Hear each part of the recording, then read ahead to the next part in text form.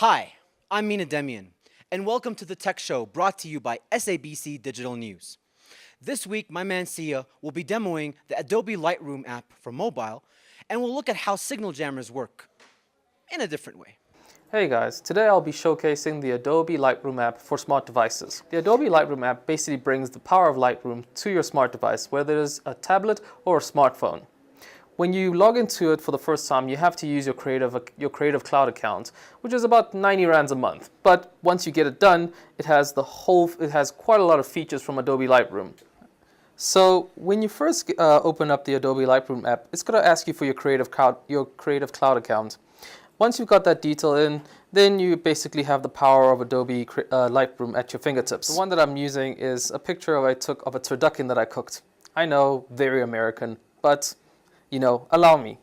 So the first things that you can change essentially are your basics. So you can white balance it. So maybe it's is looking a little too hot. So maybe I can cool it down a bit. But nah, I think it looks better warmed up. You can also go into changing some of the color settings. So maybe you want it to be punched up a bit to look very delicious. What I want to do now is share the picture online. And the great thing is that you can share this to so many platforms. So you can either send it to your Dropbox, if your Dropbox is connected to your phone.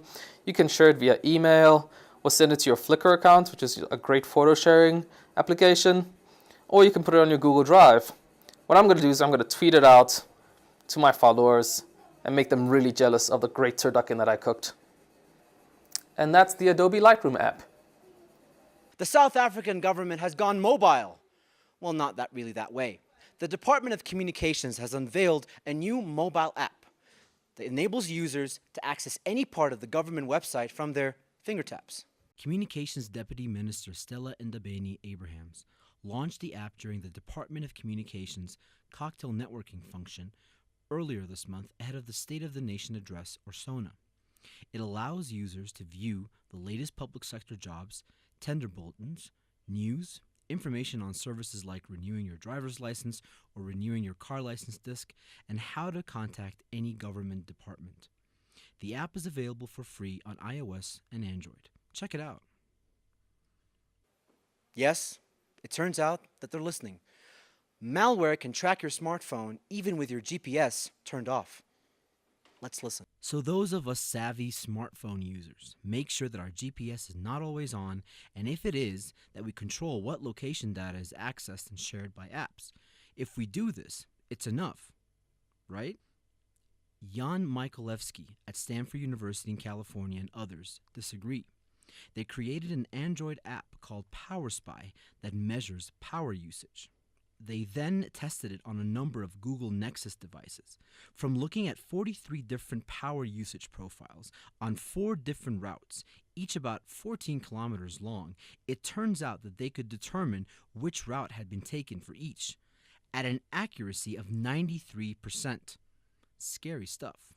Lenovo this week pulled its Superfish third-party software from its devices.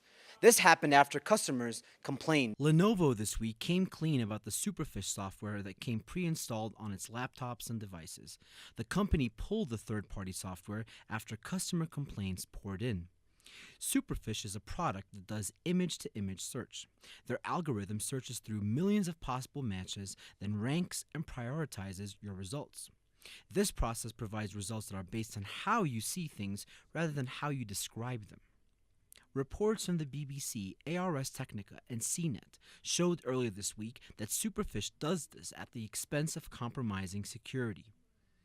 The product allegedly intercepts connections and issues fake certificates, the IDs used to identify websites, to trick sites into handing over data.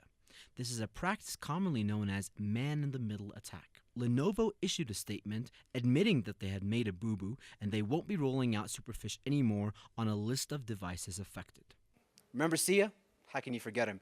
He was at the IAB Summit last week and interviewed some really cool people. Let's have a look. What makes South Africa special is also what makes all developing countries special. which is that you have the capability to move faster through the digital chain than we certainly did in the United States. What I love about South Africa is that it is truly mobile first. Mobile penetration here is very high.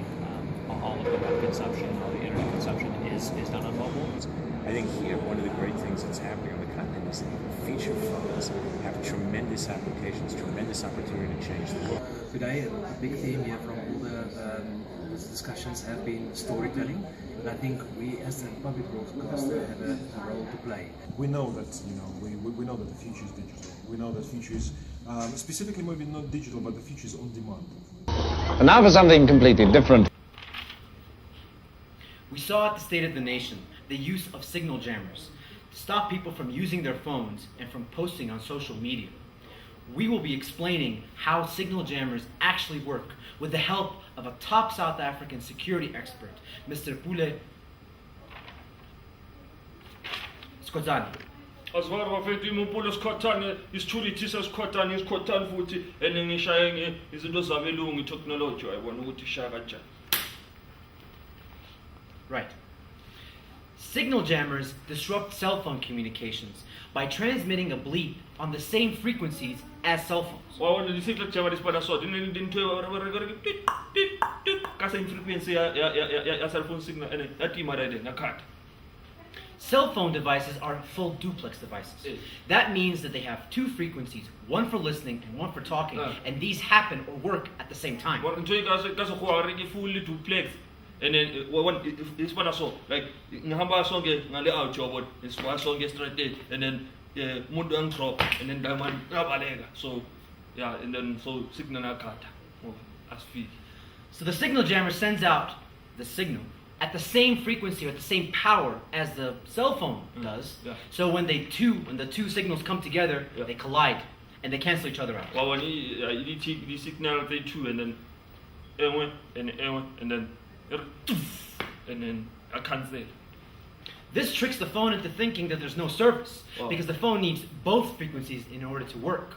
So when you block one of the frequencies, effectively it's like blocking out both. Yeah, so it's one so then it signals are corner, then it goes crazy, and then even if umuntu ukhuluma ngisishangana, even I spy.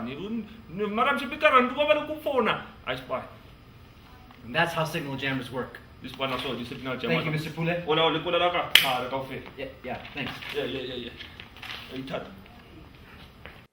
And that's a wrap with cheese and bacon. Join us again next week for the Tech Show. Bye.